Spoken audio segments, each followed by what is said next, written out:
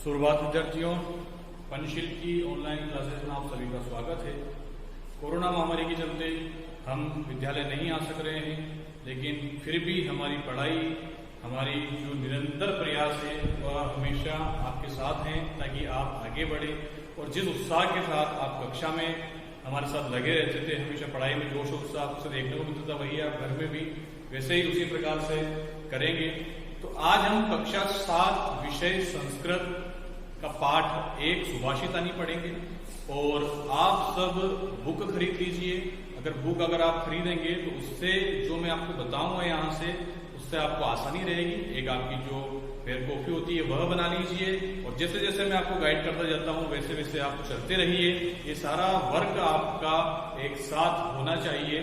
तो आज हम कक्षा 7 की संस्कृत में पाठ 1 संस्कृत का प्रथम पाठ सुभाषितानी पढ़ेंगे। इसके शब्दार्थ बुक में दिए हुए हैं, लेकिन आप बुक से नोट न करके मैं सारे श्लोक के साथ ही शब्दार्थ आपको लिखा दूंगा कि किस श्लोक में कौन सा शब्दार्थ काम में आ रहा है। तो आपको श्लोक का अनुवाद करने का, उसका भावार्थ करने का आसानी रहेगी। तो सबसे अच्छा है कि आप श्लोक जो है यहाँ देखें और उसी के साथ श्लोक के साथ ही अपनी कॉपी में शब्दार्थ भी उतार लें। सुभाषितानी पाठ में 6 श्लोक हैं। 6 श्लोक में बारी बारी आपको एक एक करके बताऊंगा और उन्हीं के साथ उनके शब्दार्थ भी बताऊंगा, और फिर अपन भावार्थ या उसका अनुवाद हम करेंगे। तो प्रथम पाठ सुभाषितानी का प्रथम श्लोक हम शुरू करते हैं। ध्यान दीजिएगा। पहला श्लोक है, पृथ्व्याम त्रीणि रत्नानि जलमन्नम सुभाषितम मूढ़े पाषाण खंडेषु रत्न संज्ञा विधीयते। ध्यान से पढ़िएगा इस श्लोक को। बहुत ही सरल और सीधा श्लोक है, जिससे इन श्लोकों के, सुभाषितानी के श्लोकों के साथ अनुवाद करते हुए हमें ज्ञान की भी प्राप्ति होती है। हमें संसार में क्या हो रहा है उसकी भी हमें समझ में आती है। तो एक बार पुनः मैं श्लोक को पढ़ता हूं। पृथ्व्याम त्रीणि रत्नानि जलमन्नम सुभाषितम मूढ़े पाषाण खंडेषु रत्न संज्ञा विधीयते। इसके शब्दार्थ हम बारी बारी देखेंगे, उसके बाद हम अनुवाद करेंगे। पृथ्वीयाम, पृथ्वीयाम उसका शब्दार्थ नीचे दिया हुआ, धरती पर या पृथ्वी पर। पृथ्वीयाम का होता है पृथ्वी पर। त्रीणि, त्रीणि का अर्थ होता है 3। संस्कृत की जो संख्यावाचक शब्द होते हैं उसमें 3 को त्रि या त्रीणि बोलते हैं। रत्नानि, रत्नानि का अर्थ होता है रत्न, सब मैंने यहां पर लिख दिया है। जलमन्नम, जल और अन्न, जल और अन्न को जोड़कर संधि करके जल अन्नम लिखाया हुआ है। संस्कृत में यह बात ध्यान रखिएगा, बहुत सारे शब्दों को जोड़कर लिख दिया जाता है। उसका जब हम संधि विच्छेद करते हैं तब उन शब्दों को अलग अलग करते हैं, उनका अलग अलग अर्थ निकलता है। जलमन्नम होता है जल और अन्न। आगे आता है आपका सुभाषितम। सुभाषितम का अर्थ होता है सुंदर वचन या मीठे वचन, या किसी को अच्छे लगते हैं ऐसी वचन, ऐसी वाणी या ऐसे शब्द हमें बोलना चाहिए। मूढ़े, मूढ़े का अर्थ होता है मूर्ख व्यक्ति। मूढ़े का अर्थ होता है मूर्ख के द्वारा, मूर्ख के द्वारा जो कार्य किया जाता है वह। पाषाण खंडेषु, पाषाण का अर्थ होता है पत्थर, और खंडेषु यानी कि उसके टुकड़े, यानी कि पत्थरों के टुकड़े। पाषाण खंडेषु यानी कि पत्थरों के टुकड़ों में। उसके बाद आता है रत्न संज्ञा, यानी कि रत्नों का नाम। संज्ञा यानी कि हम संज्ञा जब बताते हैं किसी का नाम हम देते हैं, तो रत्नों का नाम, रत्न संज्ञा अर्थात रत्न का नाम। विधीयते अर्थात समझा जाता है। मैंने सारे शब्दों के शब्दार्थ आपके सामने लिख दिए हैं। श्लोक के साथ ही इन शब्दार्थ को आप नोट करिएगा, और उसी के नीचे आप अनुवाद स्वयं लिखेंगे। अनुवाद में आपको भी समझाता रहता हूं। उसके बाद आप अनुवाद इन शब्दार्थों के द्वारा स्वयं, श्लोक हो गया, शब्दार्थ हो गए, और इसी के नीचे इसका अनुवाद वह आपको स्वयं लिखना है। तो ध्यान से इसका अनुवाद आप सुनिए। शुरू करते हैं। पृथ्व्याम त्रीणि रत्नानि, पृथ्व्याम का होता है पृथ्वी पर, त्रीणि अर्थात 3, रत्नानि यानी कि रत्न होते हैं। पृथ्वी पर 3 रत्न होते हैं। श्लोक के द्वारा बताया गया है पृथ्वी पर 3 रत्न होते हैं। कौन कौन से होते हैं? जलमन्नम सुभाषितम, जलमन्नम का अर्थ होता है जल और अन्न, और सुभाषितम, सुभाषितम का अर्थ होता है सुंदर वचन। ये आपके 3 रत्न पृथ्वी पर हो गए। पृथ्वी पर 3 रत्न होते हैं, जल और अन्न और मीठे वचन या सुंदर वचन। अगली पंक्ति में मूढ़े यानी कि मूर्ख लोग या मूर्ख व्यक्तियों के द्वारा पाषाण खंडेशु पत्थरों के टुकड़ों को, पत्थरों के टुकड़े कौन से? हीरे, मोती, माणक, ये सारे पत्थरों के टुकड़ों को रत्न संज्ञा यानी कि रत्नों का नाम विधीयते समझा जाता है या दिया जाता है। पृथ्वी पर 3 रत्न होते हैं, जल, अन्न और मीठे वचन, लेकिन मूर्ख व्यक्तियों के द्वारा इन सबको ना मानकर सिर्फ रत्न आदि चीजों को ही रत्न की संज्ञा देते हैं, जो सिर्फ पत्थर के टुकड़े हैं, जो जीवन में हमारे कोई ज्यादा उपयोगी नहीं होते हैं, लेकिन मूर्ख व्यक्तियों के द्वारा उन पत्थरों के टुकड़ों को ही रत्न की संज्ञा दी जाती है। तो आप जब अनुवाद लिखें तो आप ऐसे लिखेंगे कि पृथ्वी पर 3 रत्न होते हैं, जल, अन्न और सुंदर वचन, लेकिन मूर्ख व्यक्तियों के द्वारा पत्थरों के टुकड़े और पुस्तक में लिख सकते हैं आप रत्न आदि का नाम, उनको ही रत्नों का नाम समझा जाता है या रत्न समझे जाते हैं। ठीक है, आगे सामने इसी प्रकार आप शब्दार्थ उतार के नीचे आप अनुवाद स्वयं लिखेंगे। उसके बाद आइए विद्यार्थियों, दूसरा श्लोक सुभाषितानी का हम लेते हैं। सत्येन धार्यते पृथ्वी सत्येन तपते रवि सत्येन वाति वायुश्च सर्वे सत्यम प्रतिष्ठितम्। एक बार पुनः मैं श्लोक का दोहराव कर देता हूं। सत्येन धार्यते पृथ्वी सत्येन तपते रवि सत्येन वाति वायुश्च सर्वं सत्ये प्रतिष्ठितम्। जिस प्रकार पहले श्लोक का हमने शब्दार्थ और उसके बाद अनुवाद लिखे थे, उसी प्रकार दूसरा श्लोक मैंने लिख दिया है, शब्दार्थ मैंने लिख दिए हैं, अनुवाद आपको स्वयं अपनी कॉपी में लिखना है। तो आइए हम इसके शब्दार्थ देखें। तो सबसे पहले सत्य यानी कि सत्य से ही, सत्य का सत्य धन एन, सत्य से ही, धार्यते यानी कि धारण करती है, पृथ्वी यानी कि पृथ्वी, ये सारे शब्द मैंने यहां लिख दिए। सत्य यानी कि सत्य से, धार्यते यानी कि धारण करती है, पृथ्वी का अर्थ होता है धरती, सत्य यानी कि सत्य से ही, तपते यानी कि तपता है, तपते का अर्थ होता है तपना या तपता है, रवि होता है सूर्य का पर्यायवाची रवि।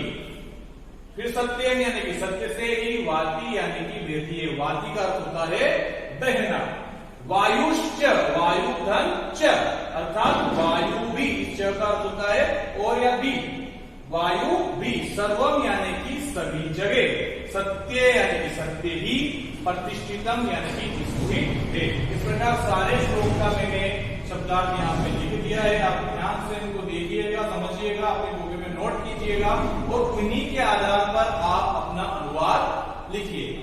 देखिए इसका अनुवाद किस प्रकार बनता है।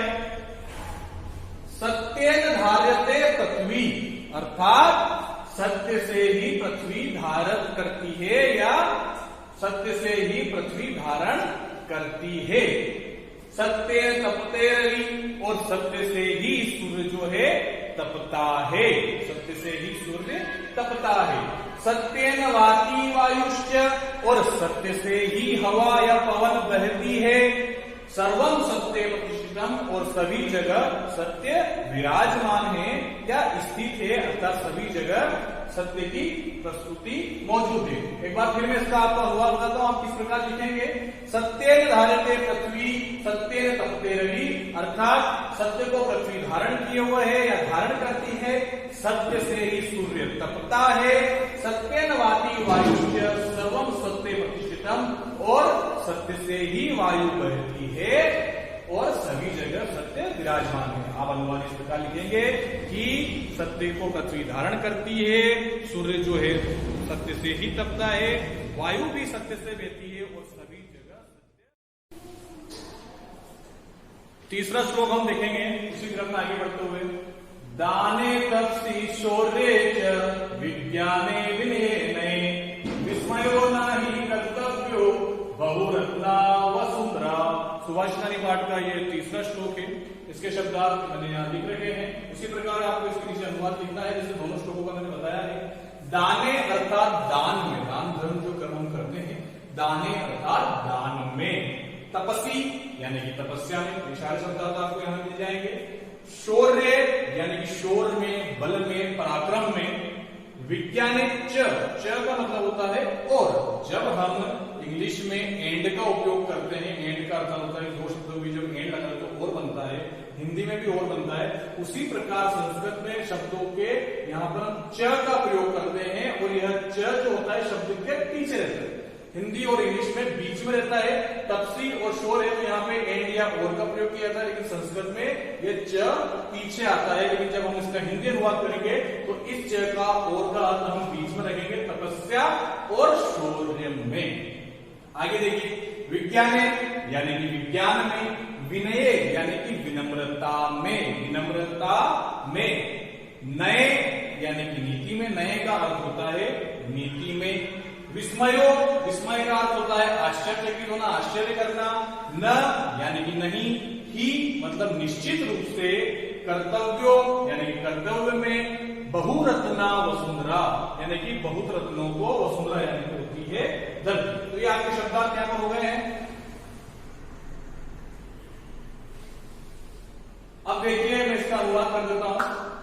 दाने तपसी शौर्य, दाने यानी कि दान में, तपसी यानी कि तपस्या में, शौर्य यानी कि शौर्य में, च यानी कि और, अर्थात दान में, तपस्या में और शौर्य में, विज्ञाने यानी कि विज्ञान में, विनय यानी कि विनम्रता में, नए यानी कि नीति में। पूरी लाइन का इस प्रकार बनता है कि दान में, तपस्या में, शौर्य में, विज्ञान में, विनम्रता में और नीति में विस्मयो नहीं, आश्चर्य कभी भी नहीं करना चाहिए। क्यों नहीं करना चाहिए? कर्तव्य बहुरत्ना वसुंधरा की ये हमारी जो धरती होती है बहुत अधिक रत्नों को, बहुत ऐसी चीजों को धारण करने वाली होती है, इसलिए कुछ चीजों जो कि ये दान, तपस्या, शौर्य, विज्ञान और विनम्रता और नीति, इन पे कभी भी आश्चर्य नहीं करना चाहिए। तो शब्दार्थ को लिखने के बाद आप नीचे अनुवाद इस प्रकार लिखेंगे कि दान में, तपस्या में, शौर्य में, विज्ञान में, विनम्रता में, नीति में आश्चर्य निश्चित रूप से कभी नहीं करना चाहिए, क्योंकि हमारी जो धरती है यह बहुत अधिक रत्नों को धारण करने वाली होती। इसी क्रम में चौथा श्लोक देखेंगे। सद्भिरेव साहसित सद्भिः कुर्वित संगीतम सद्भिः निर्वादम मैत्रीं च नासद्भिः किंचिदाचरेत्। एक बार पुनः मैं इसका उच्चारण कर देता हूं, ध्यान से सुनिएगा। सद्भिरेव साहसित सद्भिः कुर्वित संगीतम सद्भिः निर्वादम मैत्रीं च नासद्भिः किंचिदाचरेत्। आइए इसके शब्दार्थ देखेंगे। सद्भिरेव, सद्भिरेव, सद्भिरेव का जब हम संधि विच्छेद करेंगे तो सद्भिः धन एव निकलेगा, जिसका अर्थ होता है सज्जनों के साथ ही। एव का अर्थ होता है ही, सद्भिः यानी होता है सज्जनों के साथ, सज्जन मतलब अच्छे लोग, अच्छे लोगों के साथ ही, सद्भिः यानी अच्छे लोगों के साथ, कुर्वित यानी कि करना चाहिए, कुर्वित का अर्थ होता है करना चाहिए, संगतिम यानी कि संगति यानी कि मित्रता यानी उनके साथ रहना चाहिए, यानी कि संगति करनी चाहिए। सद्भिः निर्वादम, सद्भिः का अर्थ होता है सज्जनों के साथ ही, निर्वादम यानी कि वाद विवाद, वाद विवाद भी सज्जनों के साथ ही करना चाहिए।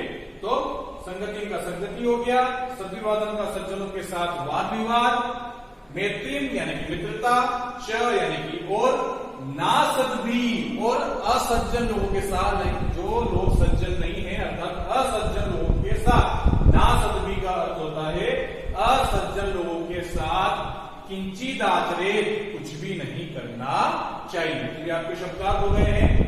इसी के नीचे आप अनुवाद लिखेंगे, मैं आपको अनुवाद इसका समझा देता हूं।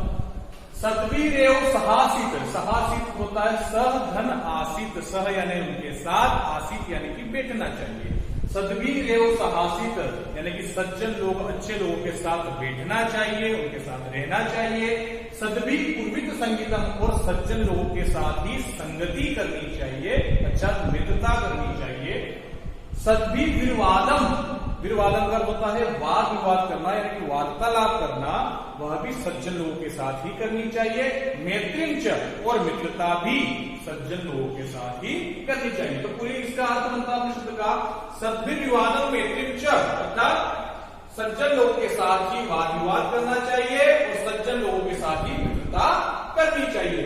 ना सद्भिः किंचिदाचरेत्, ना सद्भिः का अर्थ होता है असज्जन लोगों के साथ, लेकिन दुर्जन लोगों के साथ, दुर्जन लोगों के साथ हमें किंचिदाचरेत्, कुछ भी नहीं करना चाहिए। तो आप जब अनुवाद लिखेंगे तो आप इस प्रकार लिखेंगे कि सज्जन लोगों के साथ ही हमें बैठना चाहिए, सज्जन लोगों के साथ ही हमें संगति करना चाहिए, सज्जन लोगों के साथ ही वाद विवाद करना चाहिए और सज्जन लोगों के साथ ही मित्रता करनी चाहिए और असज्जन लोग या दुर्जन लोगों के साथ हमें कुछ भी नहीं करना चाहिए। इसी क्रम में 5वां श्लोक हम देखेंगे। धन्य धान्य प्रयोगेषु विद्यायाः संग्रहेषु च आहारे व्यवहारे च त्यक्त लज्जः सुखी भवेत्। एक बार पुनः उच्चारण कर देता हूं। धन्य धान्य प्रयोगेषु विद्यायाः संग्रहेषु च आहारे व्यवहारे च त्यक्त लज्जः सुखी भवेत्। इसी श्लोक के शब्दार्थ में लिख रखे धन्य धान्य प्रयोगेषु। धन्य ध्यान, धन्य और धान्य, धान्य का होता है धान, गेहूं, अनाज तो हम खाते हैं। धन यानी कि दौलत, धन, धान्य यानी कि धान, प्रयोगेषु यानी कि प्रयोग में, विद्याया यानी कि विद्या में, ये सारे शब्द आपके नीचे लिखे हुए हैं।